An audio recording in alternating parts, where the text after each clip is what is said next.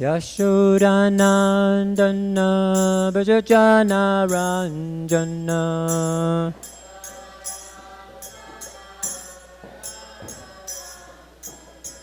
Yashodanandana Bhajajana Ranjana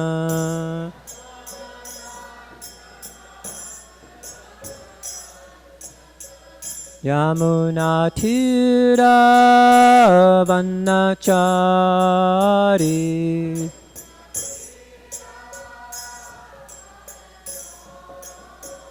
Yamuna Tira Vanachari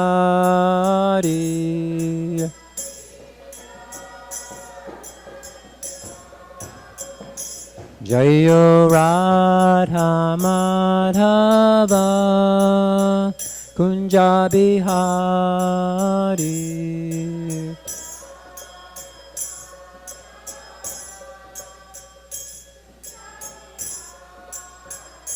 Jayo Radha Madhava Kunja Bihari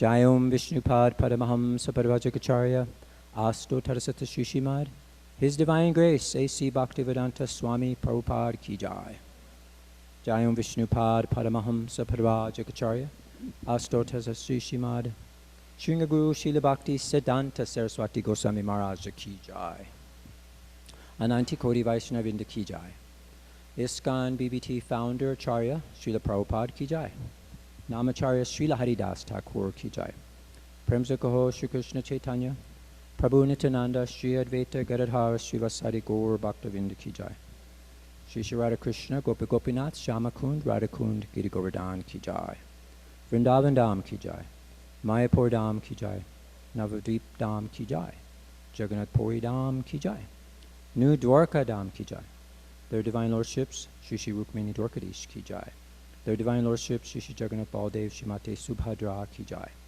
Their Divine Lordship Shri Shri Gornitai Ki Jai Srimad Bhagavatam Ki Jai Tulsi Devi Bhakti Devi Ki Jai Jamunamaya Gangamaya Ki Jai Book Distribution Ki Jai Harinam Sankirtan Jagya Ki Jai Prashadam Distribution Ki Jai Gaur Premananda Hari Hari Bol All glories to all the assembled devotees Hare Krishna All glories to all the assembled devotees Hare Krishna All glories to all the assembled devotees, Hare Krishna. All glories to Shri Shri Guru and Shri Gauranga. Glories to your Prabhupada. Namo Vishnu Jai Krishna Jai Buddha Smriti Jai Bhadak Swami Nitamani. Namo Vishnu Jai Krishna Jai Buddha Smriti Bhakti Vedanta Swami Nitamani. Namaste Saraswati Devi Gaurani Pacharani Namaste Sri Nivadi Paschatati Stani.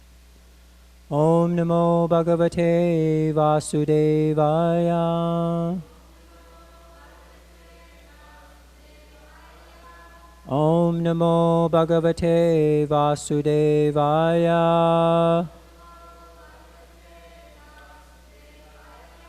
Om Namo Bhagavate Vasudevaya.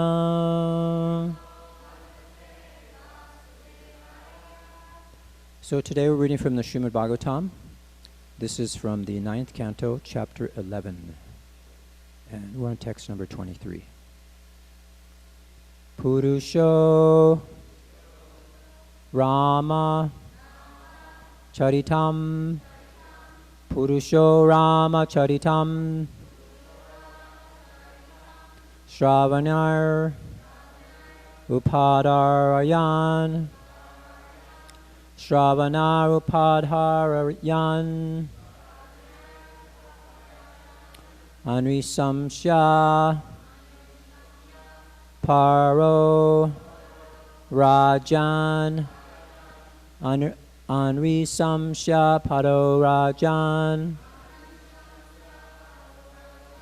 Karma Bandhar Vimuchyate Karma Bandhar Vimuchyate Purusho Ramacharitam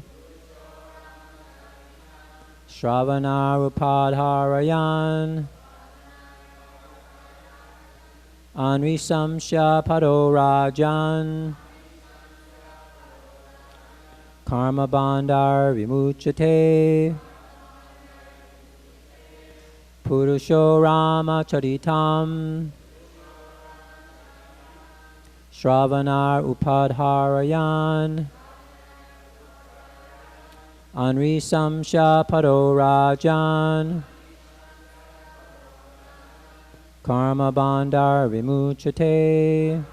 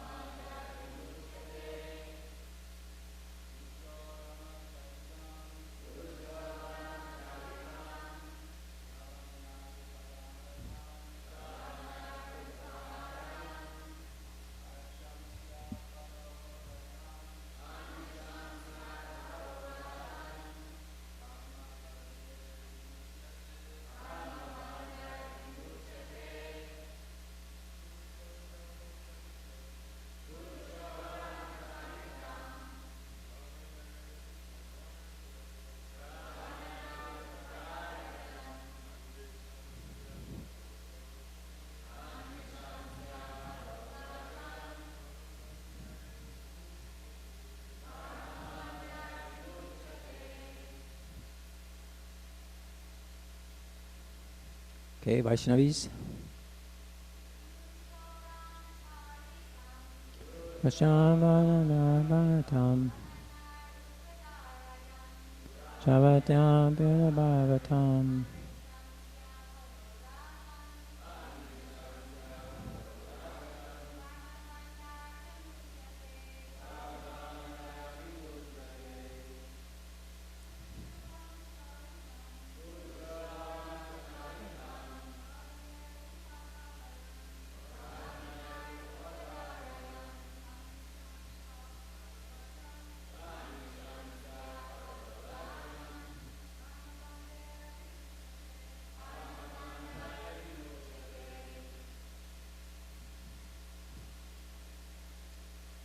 Purusha, any person.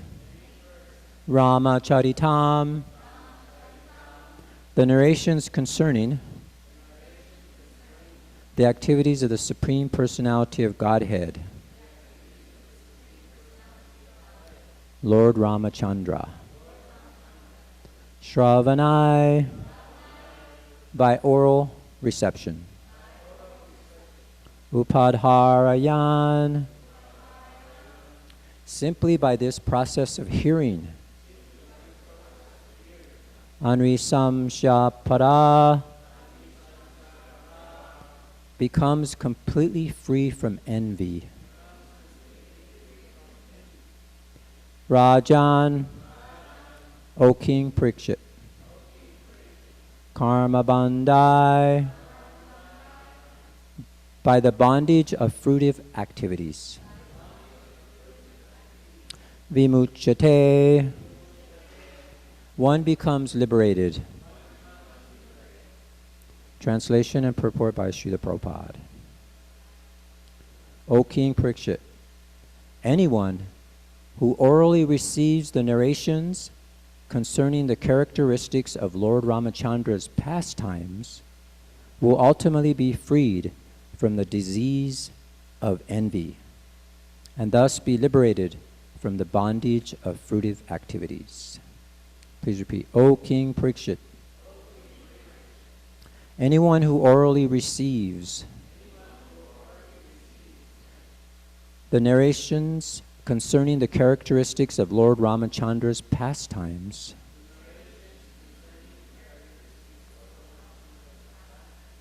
will ultimately be free from the disease of envy,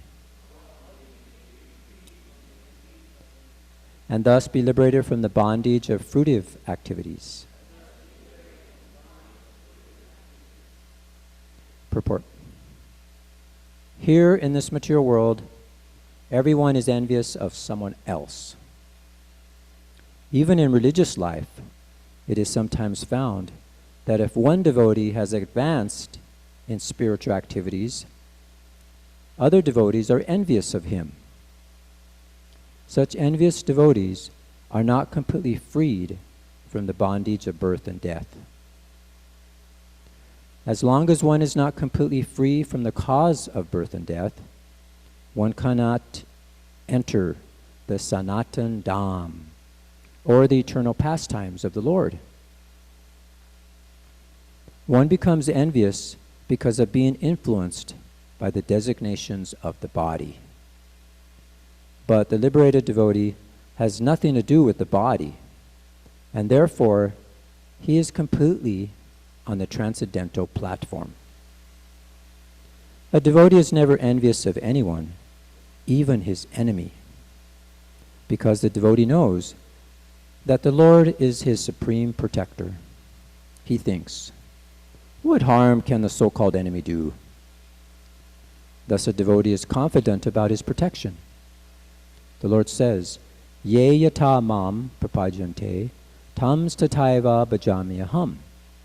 Bhagavad Gita 4:11. According to the proportion of one's surrender unto me, I respond accordingly. A devotee must therefore be completely free from envy, especially of other devotees. To envy other devotees is a great offense, a Vaishnava aparad. A devotee who constantly engages in hearing and chanting, Shravana Kirtana, is certainly freed from the disease of envy, and thus he becomes eligible to go back home, back to Godhead. Jai Srila Prabhupada. Om Jnana Tamarandasya Gyananjana Salakaya Chakshus Unmilitam Yena Tasmai Shri Gurve Namaha Shri Chaitanya Manobhistam Stapitam Yena Bhutale Swayam Upakadamayam Dadanti Swapadantikam. Jai Shri Krishna Chaitanya Prabhu Nityananda Shri Advaita Gadadhar Srivasari Gaur Bhaktavinda. Hare Krishna Krishna Krishna Hare Hare, Hare Rama Rama Rama Hare Hare. Vanchakapa Tubhischa Kripa Sindhu Bevacha Patitanam Pavanebhyo Vaishnavebhyo Namo Namaha. So the translation again. O King Parikshit, anyone who orally receives the narrations concerning the characteristics of Lord Ramachandra's pastimes will ultimately be freed from the disease of envy and thus be liberated from the bondage of fruitive activities.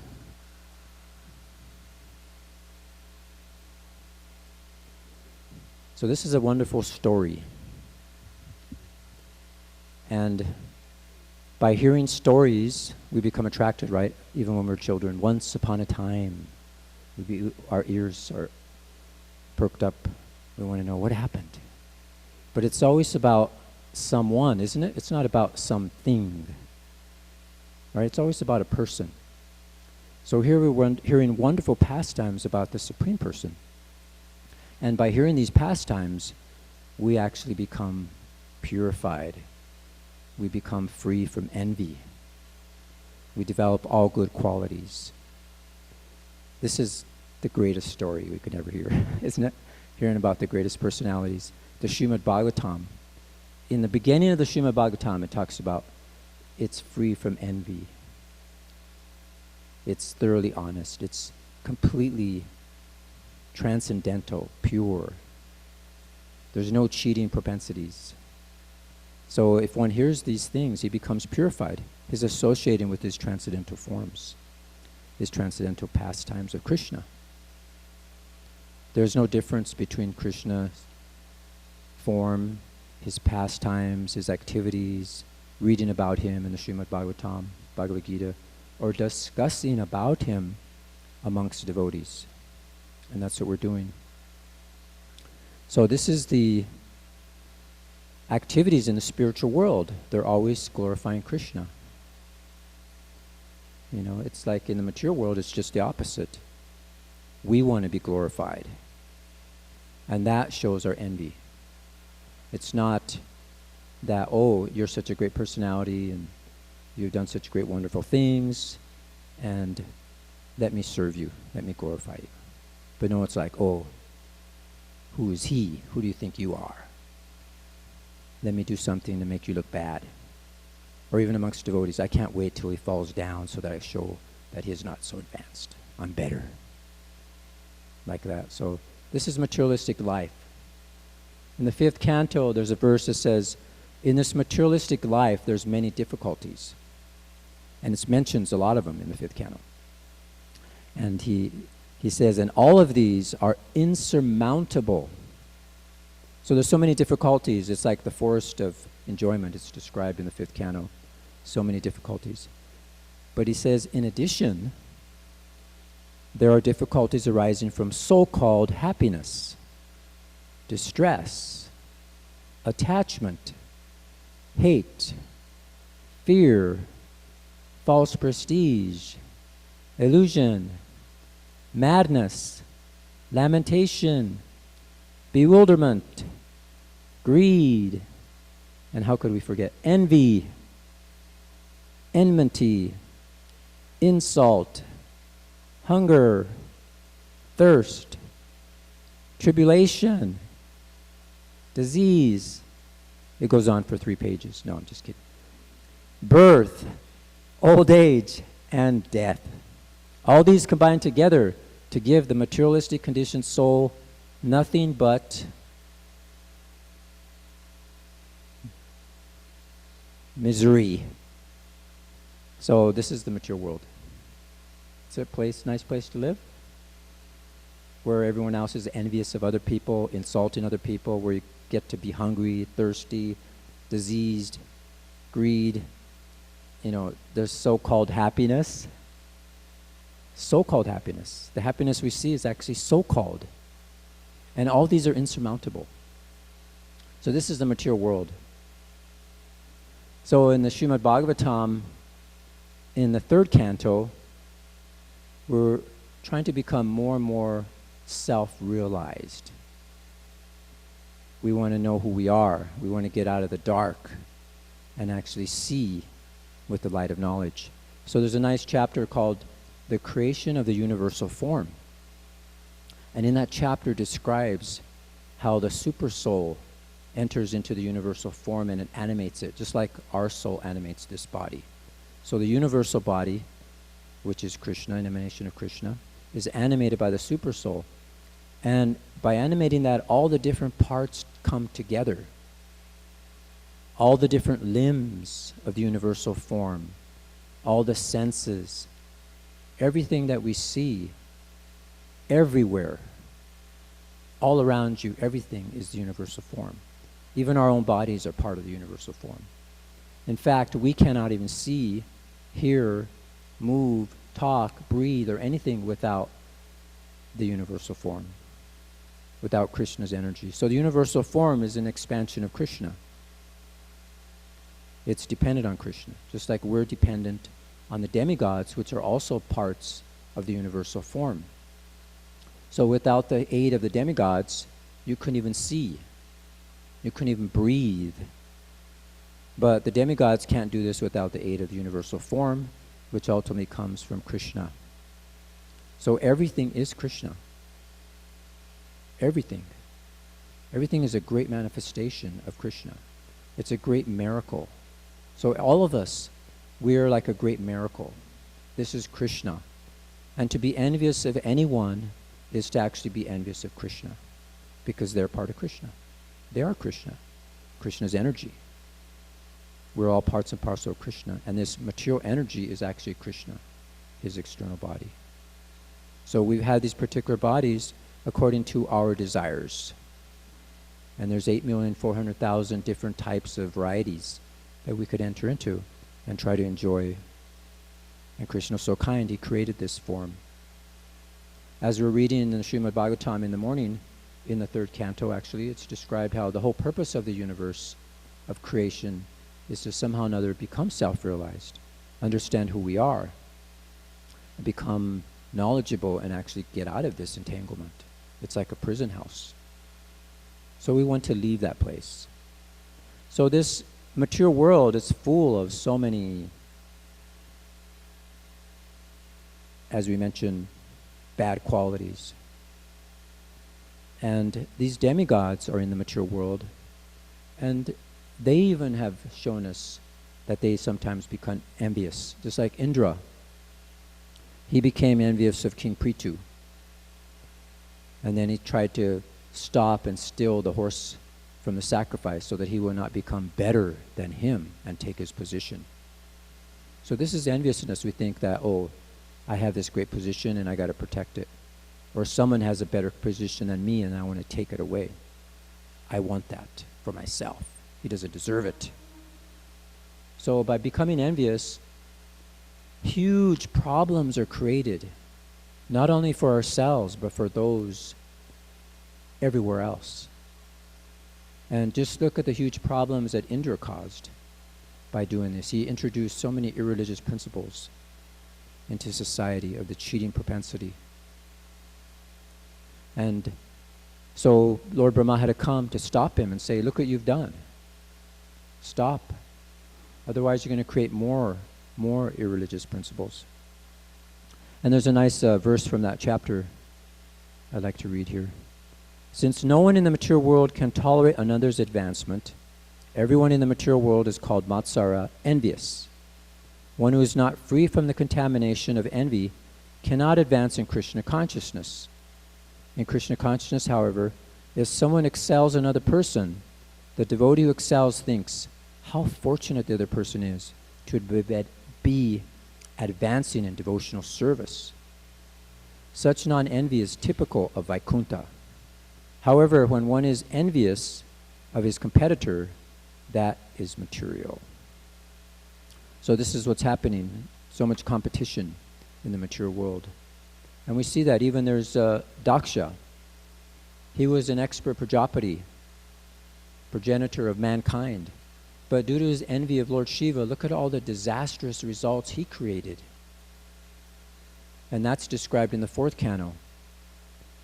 And Sati became so disturbed that because of his blasphemy and enviousness, she actually burned her body to ashes. And he caused also problem to himself. He ended up with the head of a goat. And then in this particular chapter, we're reading about Ravana. And Ravana was also envious of the Lord. He tried to take what the Lord has for his own enjoyment, tried to steal Sita. And look at the dangerous and catastrophic result of that. His whole race was annihilated. His whole city was destroyed. So this is a very, very, it's one of the most, what could you say the word, insidious, the most terrible of all these qualities, enviousness. Actually, it's the purpose of why we got here in the material world. We're envious of Krishna.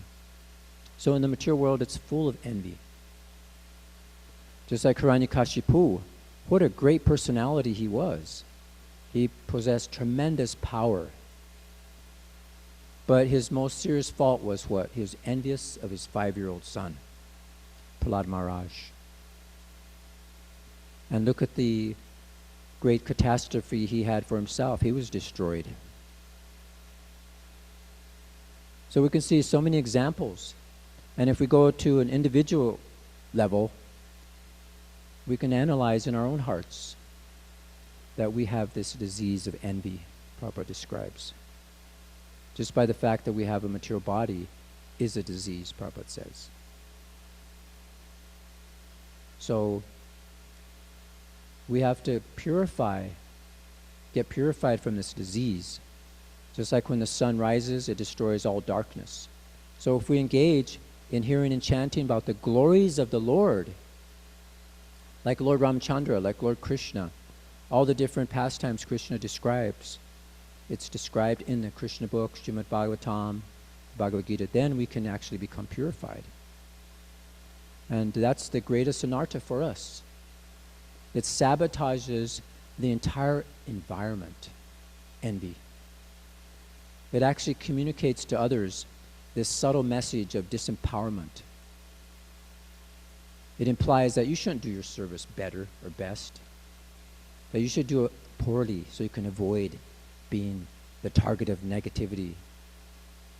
So if we allow ourselves to be acting on these negative messages, then the result is less service to Krishna, less service to the Guru. It's like telling the devotee, don't excel spiritually. A devotee singing beautiful bhajans. Don't sing so nicely. You know, pujaris are dressing the deity so expertly and beautifully. Don't dress the deity so nice. We become envious of the cook. Why are you cooking so nice? Expertly for Krishna. How can you think in that way? You know, it's, oh, we should just offer poor quality to the Krishna. We should offer poor quality to the Guru. So then we end up with a very mediocre environment. Everybody's envious of others. Be whimsical, be frivolous. But the devotee's mentality is completely the opposite. He examines his own life, and he wants to do more and more wonderful service for Krishna. And he wants to meditate on how he can help others do more service for Krishna. And we honor that person. We become exhilarated, we become enthused by seeing others advance. And then we want to become motivated ourselves even more. So the temple is actually supposed to be Vaikuntha. But it's not like automatically I become a devotee and then, you know, I'm ecstatic, everything. But we have to actually work at it. There's a nice story that Giriraj Swami talks about when he first moved to the temple in Boston. And Prabhupada said that the whole temple is affected by each devotee's spiritual position. If one devotee is doing well, then the whole temple feels it. And if one devotee is having difficulty, the whole temple feels it. And if a devotee is having difficulty and you think, oh, that devotee's in Maya, let me just avoid him. Is that a Vaikuntha attitude? But Prabhupada said, he said, this mentality of being non-envious, it can't appear all of a sudden, but it can develop gradually in Krishna consciousness. So it's very important that we encourage everybody. We help each other advance. We're not envious. Actually, that is envious. That's actually violence. It's described that what is it called, that when they're cleaning the Gundicha temple, and they're cleaning the temple very nicely, and they were finding more and more refined dirt. Lord Chaitanya made him clean even deeper. And the subtle dirt within the mind is this envy. Kuntinati, he called it actually violence toward other living entities. Jiva Himsa. He referred it to like that, is that if you're actually envious of other living entities, then you're causing violence.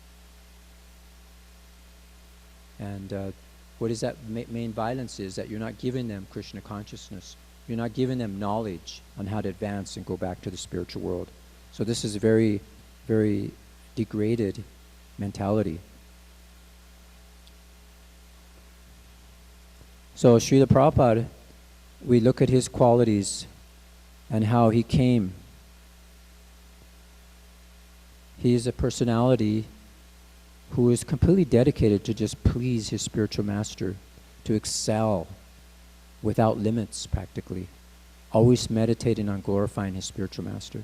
He was so absorbed in glorifying it and wanting to fulfill the desire of his spiritual master that he wasn't even thinking of his own glory or his own achievements. He was simply focused on pleasing his spiritual master. So, Srila Prabhupada, free from envy, coming to an entirely different country at all personal difficulty. Across the ocean, 3 heart attacks, and coming in a country where he's unfamiliar, and to give his association, his non-envious association, and devotees and people hearing just his sound vibration, they became purified, and they wanted to excel more and more, and to become who they really can be for Krishna. So Srila Prabhupada, just by coming and chanting in America, he created this revolution. so that we can all become purified and pure from all this envious attitude. So this is how we have to see that everything is Krishna's. There's that verse in the Bhagavad Gita, Bhoktaram Jagatapasham Sarva Loka Maheshwaram Suridam Sarva Bhutanam Gyatva Mam Santim Richati, that we have to see everything as Krishna's, because he is the ultimate beneficiary of all sacrifices and austerities. He's a supreme lord of everything. He's a benefactor. He's a well-wisher of all living entities. And in that way we can attain peace. In other words, we're not envious of Krishna, that he's the supreme controller, the enjoyer, the friend. So this is what he's saying basically. So this is a very important verse. So we have to take up the mission of Srila Prabhupada and getting free from this jiva himsa, enviousness of all living entities, which means actually to stop the preaching of Krishna consciousness. So that's what that means. The jiva means living entity. It also means life. And ahimsa means violence, which also translates as envy. And sometimes we think, oh, violence means that I'll harm somebody or I'll kill somebody. That's actually certainly jiva hamsa, but the real living entity is a spirit soul. And to not give them that knowledge, give them that light of who they really are, is actually violence. So this is why the devotees, they go out and they perform this Sankirtan Yajna. For our own individual purification, we hear and chant. We study these books. We become purified. Constantly, Nityam Bhagavata Sevaya, we constantly hear and chant. And then gradually we become purified, as mentioned in this verse. And then become so enthused and boiling over with enthusiasm that they want to share that. And they go out at all risks just to help the envious conditioned souls. And there's one nice story I heard about. It's a Sankirtan story that took place in Spain, I think it was, where the devotees were on a marathon there. And the devotees would go to the train stations.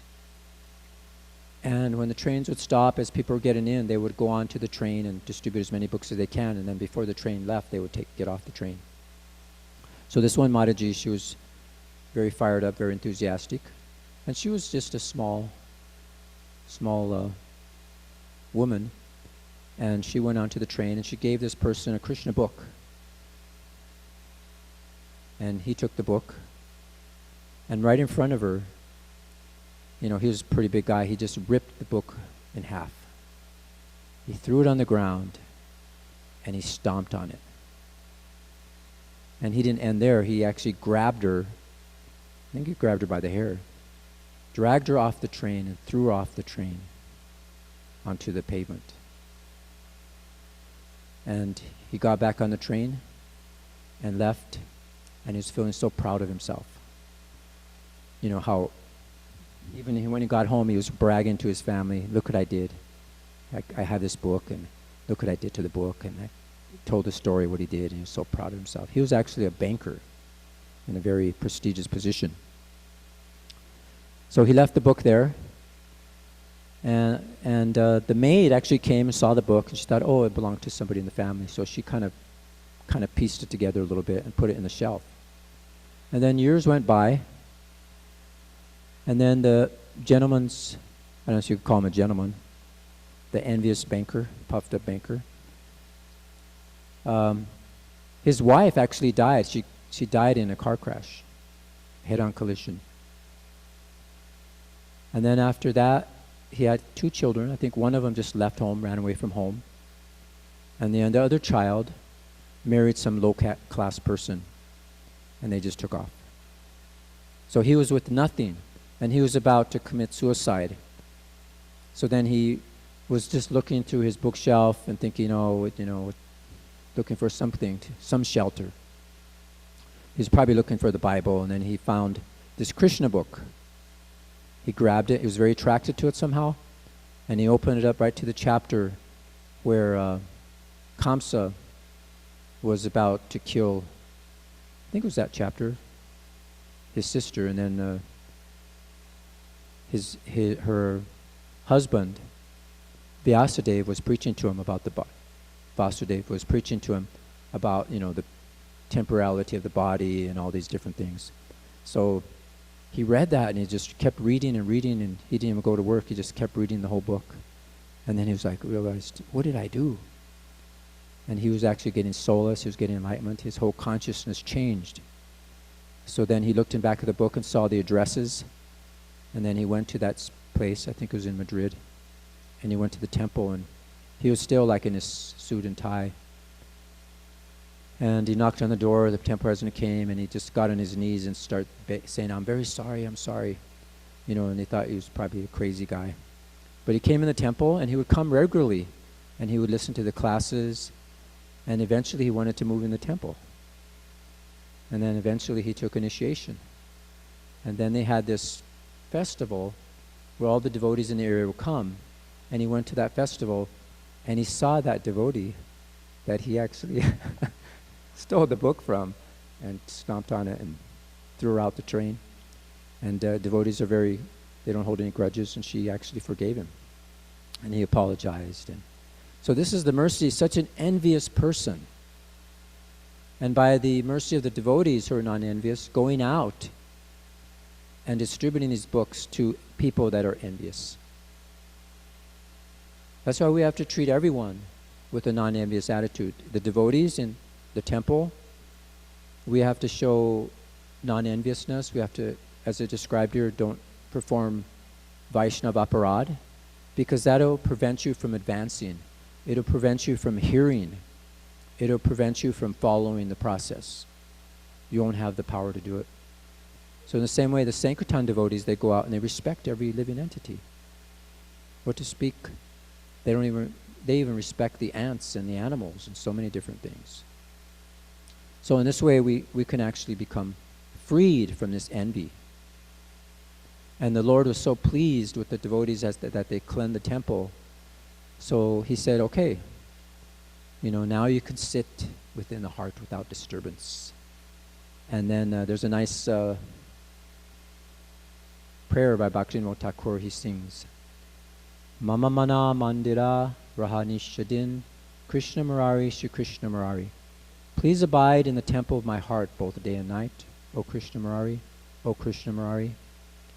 Esho Nanda Kumar, Arananda Kumar, Habe Preme Patibi, Arati Tamar.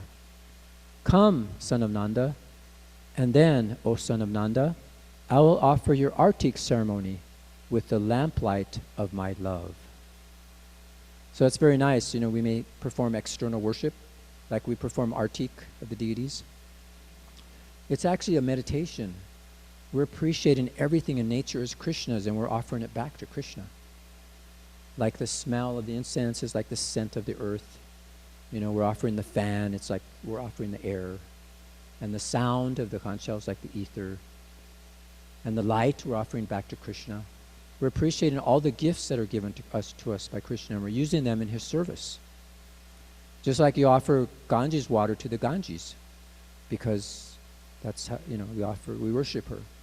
So in the same way we worship Krishna by offering everything back to Krishna. So this is the worship, actually. We bring the Lord within our heart, and we serve him with a clean, non-envious, pacified, cool mandira in the heart. And that's achieved by the mercy of Krishna, mercy of Lord Chaitanya, especially in this age. If we worship Gaur Nitai by performing Sankirtan, and Gaur Nitai, they are the most merciful. They don't take any offense. So this is why we go out and we perform this Sankirtan Yajna in this age of chanting and glorifying the holy names constantly. And that way we purify all our surroundings. Prabhupada wanted many moons to go out and purify. And just by Prabhupada's association, he purified so many of his disciples, and they're doing so much. So in the same way, with a non-envious attitude, we become purified, glorifying the Lord, pushing on the devotees in their devotional service, even glorifying the devotees, and engaging in excellent service for Krishna. Then we'll all go back home, back to Godhead, where there is no envy. and all there is love. That's the spiritual world. There's only two things there happening. There's no enviousness, and there's love for Krishna. That's the spiritual world. So thank you very much. Any comments or questions? Realizations? Okay, thank you very much for your kind attention. I'll go to Srimad Bhagavatam.